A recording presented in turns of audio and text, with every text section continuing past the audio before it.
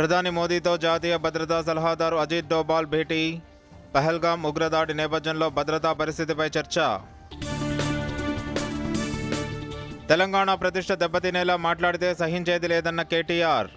రేవంత్ రెడ్డి అసమర్థ సీఎం అని నిన్నటి వ్యాఖ్యలతో తేలిపోయిందని విమర్శ. మాక్ డ్రిల్పై కేంద్ర హోంశాఖ కార్యదర్శి గోవింద్ మోహన్ నేతృత్వంలో సమావేశం. దాడులను ఎదుర్కోవడంపై అన్ని రాష్ట్రాల్లో రేపు మాక్ డ్రిల్. పీఎం కేంద్ర మంత్రులు అపాయింట్మెంట్లు ఇవ్వలేదని సీఎం చేసిన వ్యాఖ్యలను ఖండించిన బండి సంజయ్. ప్రభుత్వం నడపలేని స్థితిలో ఉన్నామంటూ కాంగ్రెస్ చేతులెత్తేసిందని కేంద్ర మంత్రి విమర్శ. సమ్మె ఆలోచన విరమించుకోవాలని కార్మికులకు పొన్నం ప్రభాకర్ విజ్ఞప్తి.